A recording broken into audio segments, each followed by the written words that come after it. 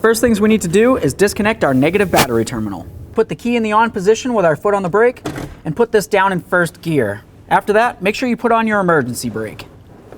The next thing we need to do is pop off this housing that comes along here.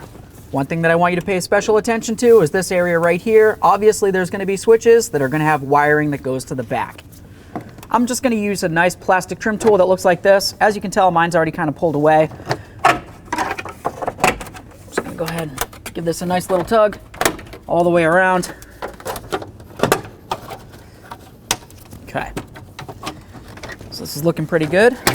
We have our headlight switch here. Let's make sure we get our wiring off of that as well. Just push on the little center tab. Might be easier with a small screwdriver. Let's disconnect this wire. Every time you disconnect an electrical connector, always inspect it to make sure you don't see any funny colors. Assuming it looks good, set it aside and keep on moving. Let's grab onto this four-wheel drive switch. Pull that out of there.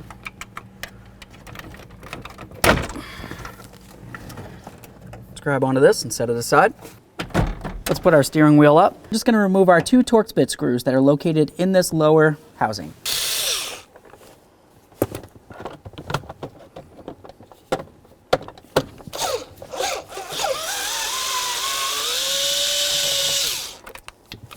Let's just go ahead and tug this out of here. Grab onto your clamshell. We're going to start separating it. There we are. Along the back side right here, you're going to see that the lower clamshell is going to have a hook that looks like this. There's going to be one on both sides. So to unclip that, you just kind of push it, pull it away, and do the same on the other side. At this point, I'm just going to go ahead and twist this and get it right out of here. Set that aside. Now to remove the upper clamshell on this, you're going to find that there's two inverted Torx head screws that we're going to have to remove. There's one on this side and one that's a little bit higher up, maybe about here on the passenger side.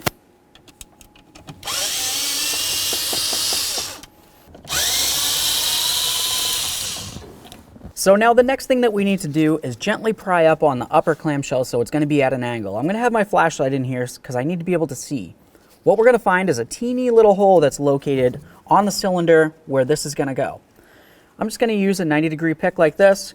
I'm going to go ahead and stick it inside here, push down inside the hole, which will release a little tab as I turn the ignition to the on/run position.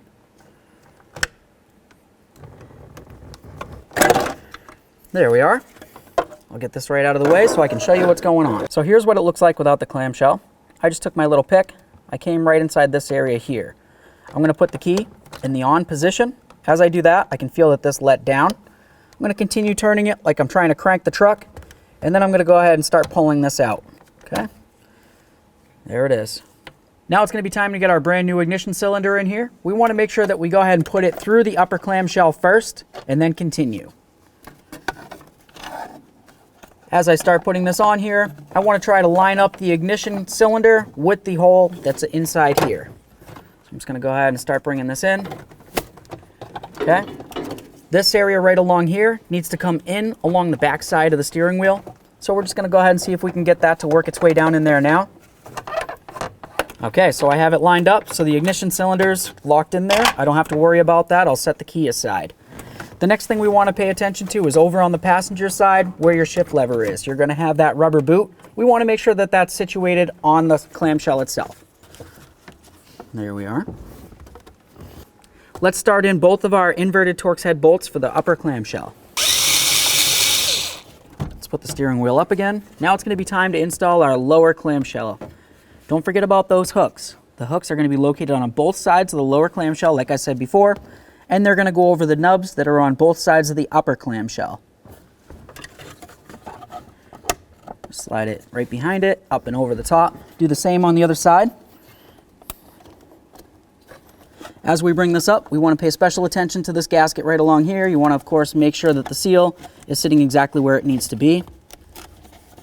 This is just going to help keep dust and debris out from inside of this area, which of course is very important. Once you have it so the clamshell seems as though it's fitting together well, go ahead and screw it in. There's one. All right, let's go ahead and put this back in here. Make sure it's completely secured. Put your steering wheel in the down angle, and then of course we're going to put the key in the on position and pull this back down again. All right, now it's time to get this back on here.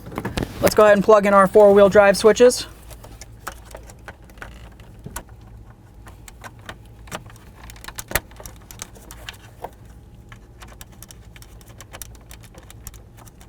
Our headlight switch.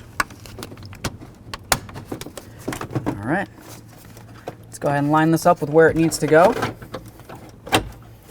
Once it seems as though it's fairly lined up, go ahead and push it on there.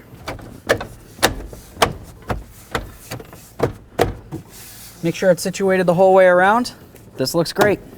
Now you just want to reconnect in your negative battery terminal and then check to make sure your truck starts.